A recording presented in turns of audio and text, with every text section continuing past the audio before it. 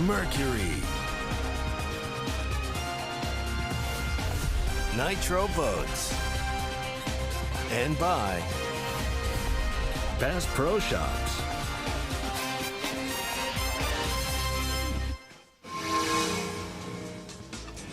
Welcome in. While most of the country is dealing with cold temperatures and some with snow, some with ice, not here. 90 degrees already, and it's just turning noon at the Site 1 Bassmaster Elite at Lake Okeechobee, and the sun is not the only thing hot. The big bass bite is hot here today, and your tournament leader has silently crept to the top of that leaderboard. When he left this morning, I was kind of shocked to see a camera boat with him because I was like, well, yesterday, well, he has consistently caught him, and he finds himself atop the leaderboard right now. Tyler Rivet right behind him doing something very, very different, and Steve Kennedy doesn't know what to do with his hands, but he sure knows how to catch some giant, giant bass, and the state of Florida, halfway through this event, has been treating him very, very good.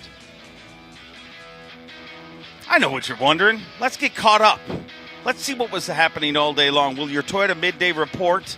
And Davey Height, Drew Cook. Could he win again for the second year in a row? He definitely could. Drew Cook, he's a great angler. We talk about this ever since he's been on the Bassmaster Elite Series. And he catches smallmouth, he catches spotted bass, he catches largemouth. But he is in his element when he's around this shallow water vegetation, the Florida, South Georgia, even in South Carolina, where he won an event last year. Just an excellent fisherman in shallow vegetation. And, oh, boy, if there's a few of them spawning that he can lay his eyes on, look out for the rest of the field. Does not surprise me at all. I think J.O. said a few minutes ago, Drew Cook's kind of a dark horse, but he's not really a dark horse when you come to a place like Lake Okeechobee. Drew Cook has been in contention since literally the first day on the Elite Series. I mean, it seems like there's a lot of rookies that go through kind of a process where they kind of learn how to get in that top 10. He has perpetually lived in that top 10, and bad events for Drew Cook are a rarity at this point in his career, and especially when you get down to this part of the world. But when it comes to this part of the world, one of the most fabled fisheries on earth and one of the most fabled families in bass fishing, Scott Martin. Yeah, I think everyone was excited to see Scott Martin have a good day yesterday, certainly himself and his family. Rolling here yesterday, good to see him. I hadn't seen him while I was up on stage with his son Scott. He had to be super, super proud. The problem with Scott Martin, his area that he caught his fish yesterday, even though I don't think he, quote-unquote, beat it up, it's very, very small. And he's been in there today. He's been very, very patient using this prop bait. It's a X-prop. Caught all his better fish on that yesterday, maybe one flipping, but Scott Martin is not going away. He might leave this one little small area, but he's not going away out of our top 10 anytime soon. Oh, but you better watch out because feeling the burn, Bernie Schultz. Well, certainly not a surprise to see Bernie doing well. He's been fishing Lake Okeechobee for a very, very long time. He's a typical Florida fisherman. He can be patient and slow. You see he's around some other boats fishing, but you just have to put your head down, be very, very patient, and try to outfish the people that are around you. Bernie Schultz does a good job of that. I think sometimes maybe on other lakes, maybe the Florida comes out in him and he's a little too patient and should move around a little more. But, gosh, when you see him at Thousand Islands, New York, or anywhere in Florida, he's going to be in the running to have a really, really good finish. Still waiting on him to win a tournament here, Lake Okeechobee, this Sunday. I couldn't think of a better place or a better time for Bernie Schultz. Oh, golly, Steve Kennedy. Yeah, it's so fun listening to him, watching him this morning. You can see right there, that's certainly an example of what has happened with him today. The fish, the size has really gone down for him. That's a better fish there on a frog for him this morning. But a lot of these 1-pounders, 1-1, 1-2, 1-3. I know at one time he was really giggling a lot about he caught a 1-3 to replace a 1-2. He had several of those, just 1-pounders in the boat. And although they're fun to catch, but in a Bassmaster Elite Series tournament here on Lake Okeechobee, those 1-pounders will not do you any good. Steve Kennedy trying to chase down his fourth Elite Series win if he could get it done here at the first event of 2023. But look out for this guy. He's been a fantasy fishing phenom. You pick him, he always gets you points. But it could finally be time for Tyler Rivet to seal the deal and win one of these things. Yeah, it really is. And you think, well, he's in his element. Yesterday when I saw him weigh in, that really good stringer in third place after everything was done, I thought, wow, he is really in his element. He's in that shallow vegetation. He's flipping. He loves to punch. He loves to flip. And I thought, man, this is really great. He's in his element. He's got a great start. And then this morning I find out that I followed him, and he's fishing in the river, catching a lot of his fish on a swim jig like you see there, but also mixing up, using his electronics, using forward-facing sonar, catching some fish on a jerkbait. We saw some other angles in that a little bit, fishing shallow vegetation, but he's the only one that I saw this morning when I was out on the water in the Kissimmee River, using his forward-facing sonar, mixing it up, catching fish on the shore, and also fish out there over 20 feet of water. Tyler Vett trying to win his first Elite Series event, but it didn't take Brandon Cobb a long time to win his first one. 2 wins in his rookie season, and he's your leader at the halfway point of this tournament. Yeah, we mentioned earlier about Drew Cook kind of being a dark horse in this tournament, but really not. Brandon Cobb, I think, is the same thing. He loves to power fish. A lot of people know him with a spinning rod in his hand, but he absolutely loves to power fish. We've seen him at Lake Fork. We've seen him at Lake Hartwell doing a lot of different things, but really not surprising to see him doing well. And he's one of those guys, when you see him catching, and he didn't have a giant stringer yesterday, solid yesterday, solid again today. He's one that I don't think's going away.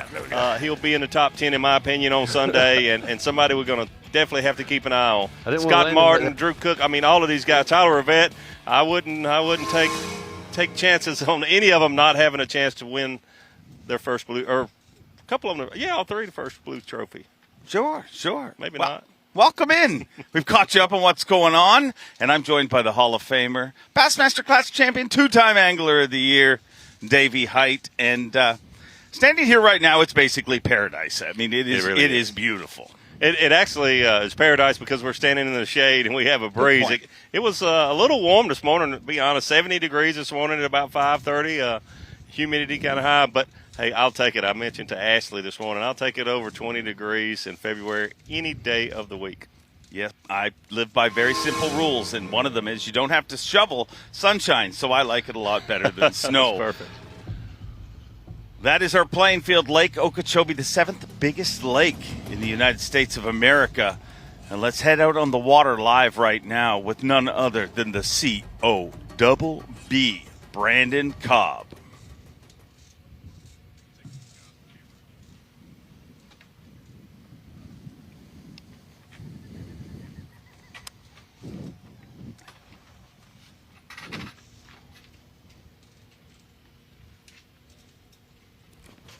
Oh, that might be a big one.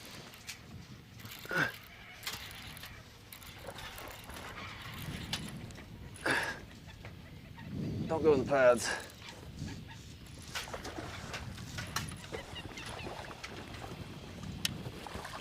Come here. Got you. Wow.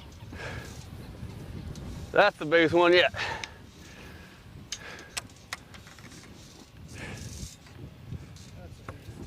That's a beast. It's like an 8-pounder. Wow. Let's show the drone. Our big I size feel a is getting boom little shakalaka crowded in here. his future. Put him in there while we cull, That and then is we might a have to. big Lake Okeechobee bass right there. How big do you think it is? I think it might be a little closer Gee, to this 9 is than gonna be 8, tough. but in the I don't 8-pound know. range for sure. Definitely not 7. I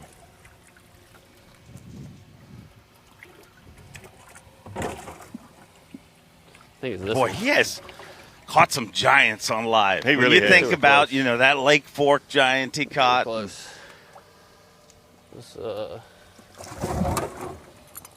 balance beam them. Brandon lives only about 25 minutes from me, and we fished a couple times in the off season and got to know him even better. And I thought this too. I mentioned a little bit Balance beam, earlier. 4-pounders. See him with a spinning rod in his hand a lot. You think, well, he's electronics. He's young. He likes to finesse. He absolutely, and he told me this, but you can see it if you fish with him a few times. He's a power fisherman. He really, really is. Bigger. It's not surprising to see him. He did really The well at next one to Santee go, last year. Those lakes where We get rid heavy of him, stringers I are don't know what expected, we're gonna do. he's in the mix. Culling that dude. That's getting let go? That Wow. was a monster. That is an impressive cull. You could see he had to hesitate there a little. When you start culling those size, you feel like I think, need to do I some really don't want to let this one go. organization Maybe here. something's wrong here. I don't really know. All right, we'll just put those two big ones over there. We're running out of room. We're running out of room. Whew. Retie and do it again. 5 fish, 2 live wells, running out of room. That's what you like. I don't even know what we got Incredible. now. Let's say 7, just in case. I don't know. 7, something. I don't know, dude. I have no idea. He looks a lot healthier than 7. But I don't. It's up to you. What if you think he's 8? Call it. It's hard to say. Once they get that big, I don't catch very many that big. I live on Lake Hartwell. all right, we'll cut the difference again. No, 7. And people wonder why Bass Track screws up sometimes. Yeah, exactly.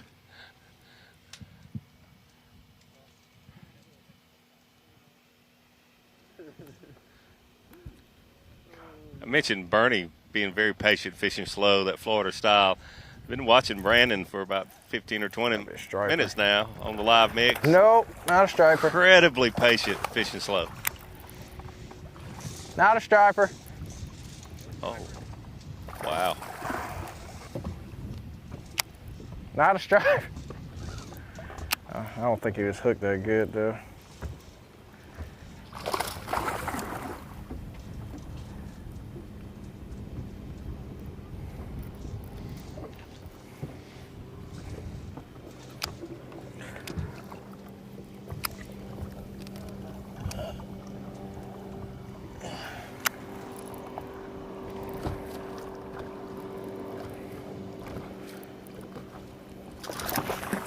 No, no, no, no, no.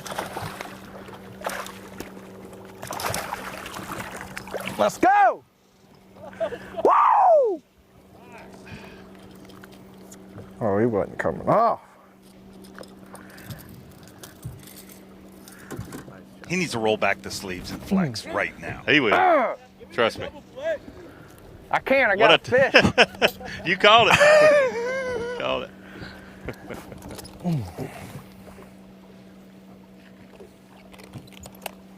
Calling 3-pounders now, son.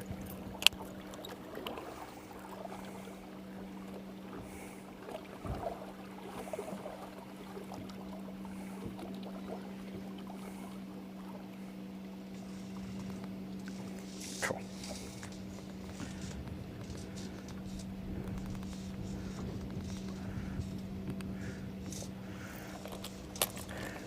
$5.14. Call it a 6. Flex Rivet, getting it done. How rare is what he's doing here? I've never seen anybody do it here. I expected to see someone. In fact, I expected to see multiple people. But and I still think there's some guys fishing shallow that are doing them. I saw Scott Martin a little bit yesterday, really looking at his forward-facing sonar. But Sure it's the right one. when I saw him doing it, I was like, oh, gosh, that's great. What a brilliant idea. But then I talked to him this morning while he was fishing. Yep.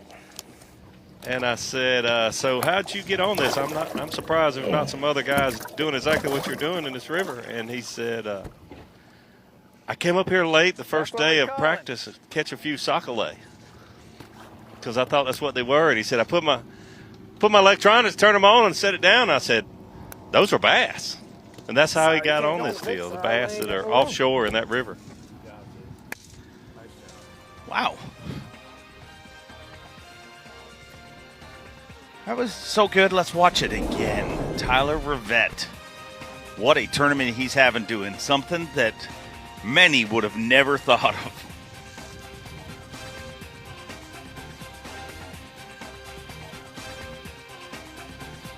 Really incredible to I think Zona and Tommy even were like, hey, yesterday morning, hey, we'll have one tournament where nobody uses forward-facing sonar. Well, Brandon Cobb isn't, that's for sure, and he is atop the leaderboard. Wow, look at that fish. I mean, one of the all-time coolest fish catches on Bass Live, and Brandon Cobb doing it again. He's done it in Lake Fork a few years ago. I mean, sure, he's won 2 tournaments, but to have caught legit monsters on live is so rare, but it's also rare to lead an Elite Series event, and he's the first Day 2 leader of 2023. Who does he have to watch from behind? Oh, I wouldn't count any of those guys out. Clark Willett down there in 9th, a lot of experience here. We'll be